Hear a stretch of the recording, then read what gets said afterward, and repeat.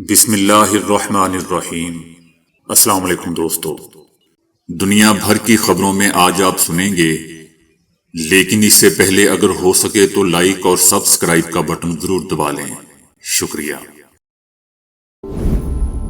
امریکہ اور وینزویلا کے درمیان مذاکرات جاری ہیں۔ امریکہ نے وینزویلا کے صدر سے اقتدار چھوڑنے کا مطالبہ کیا ہے۔ اقتدار چھوڑنے کے بدلے کسی امیر عرب ملک منتقلی کی پیشکش بھی کر دی گئی ہے، لیکن وینزویلا کے صدر نیکولس نے اقتدار چھوڑنے سے صاف انکار کر دیا ہے۔ امریکی وزیر خارجہ کہتے ہیں کہ وینزویلا کے صدر کی حکومت کو جائز نہیں کہا جا سکتا۔ یاد رہے دوستو کہ وینزویلا نے امن کے لیے امریکی غلامی قبول کرنے سے انکار کر دیا ہے۔ گزشتہ روز اپنے حامیوں سے صدر کا کہنا تھا کہ وینزویلا امن کے لیے امریکی غلامی کو قبول نہیں کرے گا۔ وینزویلا کے صدر کا کہنا ہے کہ ہم خود مختاری، برابری اور آزادی کے ساتھ امن چاہتے ہیں۔ ہم امن کے لیے غلامی یا امریکی نو آبادی نہیں بننا چاہتے۔ ہم نہ کبھی کالونی بنیں گے اور نہ ہی غلام بنیں گے۔ وینزویلا کے صدر نیکولس نے 22 ہفتوں پر محیط امریکی فوجی جارحیت کو نفسیاتی تخریب کاری قرار دیا۔ وینزویلا کے صدر کا مزید کہنا تھا کہ ان کا مقصد وقار کے ساتھ امن کا تحفظ ہے، جس کے لیے ملک کی سیاسی خود مختاری کا دفاع ضروری ہے۔ روس نے کہا ہے کہ صدر پوٹن نے یوکرین جنگ کے خاتمے کے لیے کچھ امریکی تجاویز کو قبول کیا ہے اور کچھ کو مسترد کیا ہے۔ امریکہ اور روس کے درمیان یوکرین جنگ کے خاتمے پر دوستوں مذاکرات ہوئے۔ اس حوالے سے روس سے جاری بیان میں کہا گیا ہے کہ معاہدے کے لیے جتنی بار ضرورت ہوئی روس امریکی مذاکرات کاروں سے ملنے کو تیار ہے۔ روس کا کہنا ہے کہ یہ غلط ہوگا کہ صدر پوٹن نے امریکی تجاویز کو مسترد کر دیا ہے۔ یہ پہلی بار تھا کہ امریکی تجاویز پر براہ راست تبادلہ خیال کیا گیا۔ روس کا دوستو یہ بھی کہنا ہے کہ صدر پوٹن نے کچھ تجاویز قبول کی ہیں اور کچھ کو مسترد کیا ہے۔ یہ معمول کا مذاکراتی عمل تھا۔ صدر ٹرمپ نے کہا ہے کہ ان کے ایلچی کی صدر پوٹن سے ملاقات اچھی رہی۔ ٹرمپ کا کہنا تھا کہ اس ملاقات کا نتیجہ نکلتا ہے، اس بارے میں ابھی کچھ نہیں کہہ سکتے۔ صدر پوٹن یوکرین کے ساتھ جنگ ختم کرنا چاہتے ہیں۔ انہوں نے دعویٰ کیا کہ اگر وہ صدر ہوتے تو روس یوکرین جنگ کبھی نہ ہوتی اور یوکرین اپنا 100% علاقہ برقرار رکھتا۔ یاد رہے دوستو کہ گزشتہ روز صدر ٹرمپ کے معاون خصوصی اور ان کے داماد کی روس میں صدر پوٹن سے تقریباً 5 گھنٹے طویل ملاقات ہوئی تھی۔ بھارت اور پاکستان کے درمیان کشیدگی کم کروانے سے متعلق امریکی دعووں نے سیاسی منظرنامے میں نئی بحث چھیڑ دی ہے۔ کانگریس نے وزیر اعظم نریندر مودی پر سخت طنز کرتے ہوئے کہا ہے کہ اب حیرت نہیں کہ مودی اور ٹرمپ بغلوں میں سی یعنی گلے لگنے کی حکمت عملی سرد خانے میں ہے۔ کانگریس کا دوستو یہ رد عمل امریکی وزیر خارجہ مارکو روبیو کے تازہ بیان کے بعد سامنے آیا ہے، جس میں انہوں نے دعویٰ کیا کہ صدر ٹرمپ نے کئی عالمی تنازعات حل کروائے جن میں بھارت اور پاکستان جیسا بہت خطرناک تنازع بھی شامل تھا۔ مارکو روبیو کا مزید کہنا تھا کہ اگر کوئی قدم امریکہ کو مضبوط بناتا ہے تو ٹرمپ اس کے حامی ہوتے ہیں، ورنہ وہ اس کے خلاف رہتے ہیں۔ مارکو روبیو نے خاص طور پر بھارت اور پاکستان کے درمیان مبینہ امن کوششوں کا ذکر کرتے ہوئے صدر ٹرمپ کی تعریف کی۔ کانگریس کا کہنا تھا کہ 10 مئی 2025 کو شام 5:37 پر روبیو وہ پہلے شخص تھے جنہوں نے آپریشن سندور کی اچانک بندش کا اعلان کیا تھا۔ اس کے بعد سے صدر ٹرمپ کم از کم 61 بار 6 مختلف ممالک میں یہ دعویٰ دہرا چکے ہیں کہ انہی کی مداخلت کے باعث آپریشن سندور رکا تھا۔ کانگریس کا کہنا تھا کہ یہی وجہ ہے کہ مودی اور ٹرمپ بغلوں میں سی اب سرد خانے میں پڑی ہے۔ چینی ایرو سپیس کمپنی لنگ کانگ تیان شنگ نے گزشتہ ہفتے ہی ایک نیا ہائپرسونک گلائیڈ میزائل متعارف دوستوں کروایا ہے، جس کی رینج 1100 کلومیٹر ہے۔ آواز کی رفتار سے 7 گنا زیادہ تیز رفتار کے حامل اس میزائل کا نام YKG-1000 ہے۔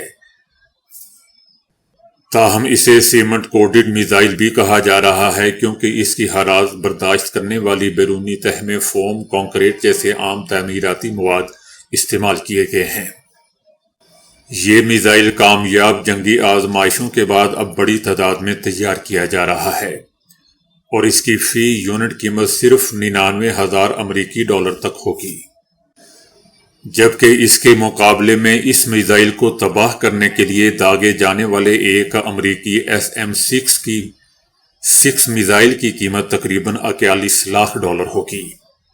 یعنی اس 1 لاکھ میزائل والی قیمت کو تباہ کرنے کے لیے 41 لاکھ ڈالر والا میزائل استعمال کرنا پڑے گا۔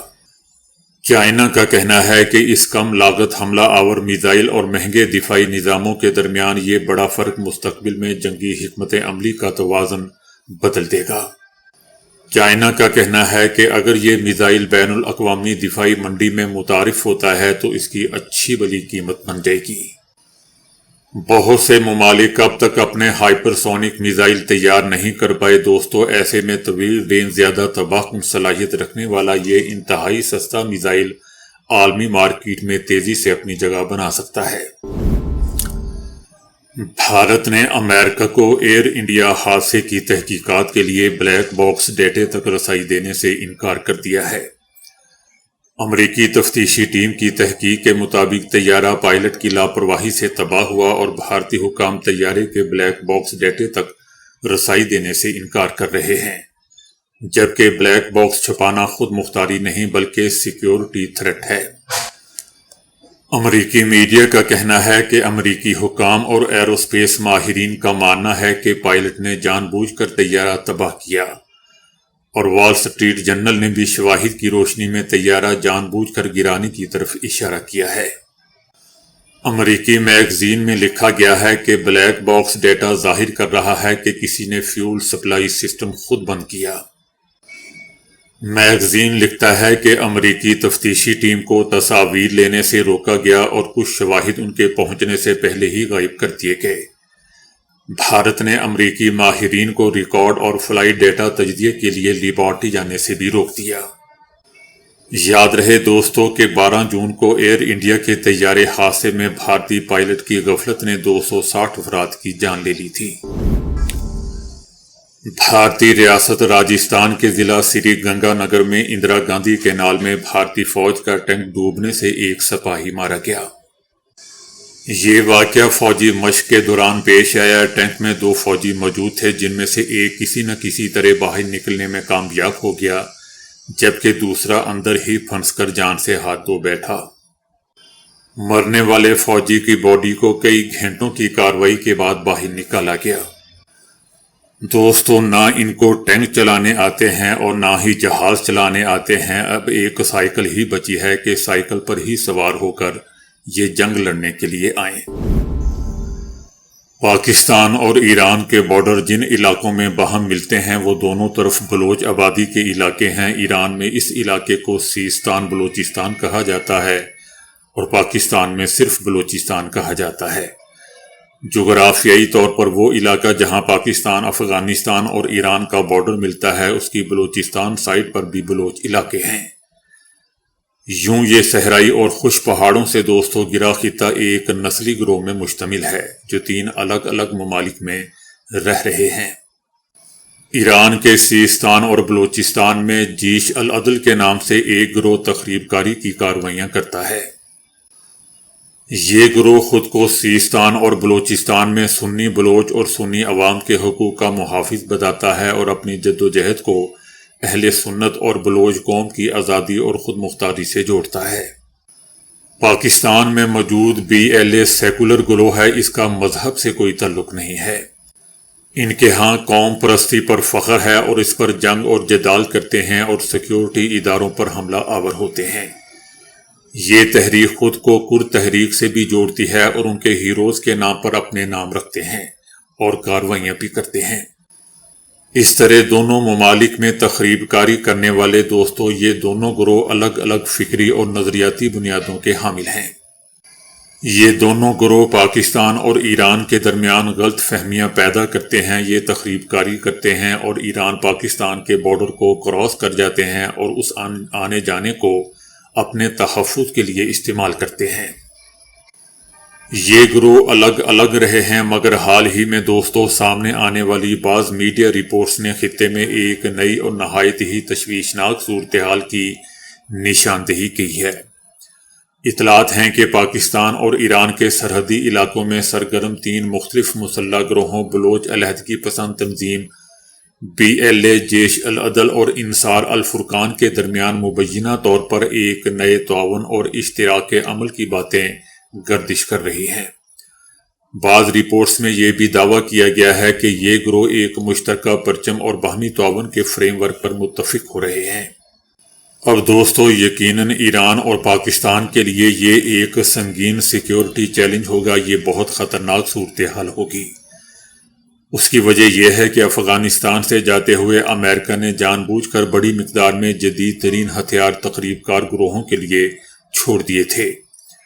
یہ ہتھیار افغانستان کی اوپن مارکیٹ میں دستیاب ہیں اور انڈین اور دیگر ممالک جن کی یہ گروپس پراکسیز ہیں ان کی مالی مدد سے یہ ہتھیار BLA کو فراہم کیے گئے ہیں تاکہ سی پیک کو نقصان پہنچایا جائے اور چائنا کی ناک میں دم کیا جائے۔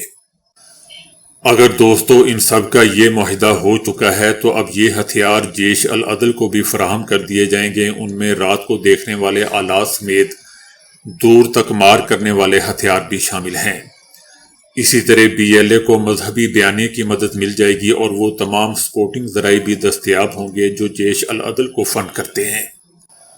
بین الاقوامی قوتوں کو لگتا ہے کہ جس طرح انہوں نے شام میں تخریب کار گروہوں کو منظم کیا اور وہاں اپنی من پسند حکومت قائم کر لی، اب یہاں بھی ایسی ہی حکمت عملی اختیار کریں گے اور کامیابی حاصل کریں گے۔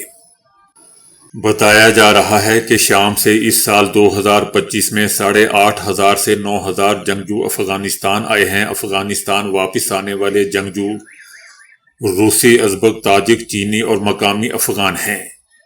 یہ ہزاروں جنگجو گوریلا جنگ کے ماہر ہیں۔ انہوں نے افغانستان میں فارغ نہیں بٹھایا جائے گا۔ یہ پورے خطے کو عدم استحکام سے دوچار کرنے کا ان کو ٹاسک دیا جائے گا۔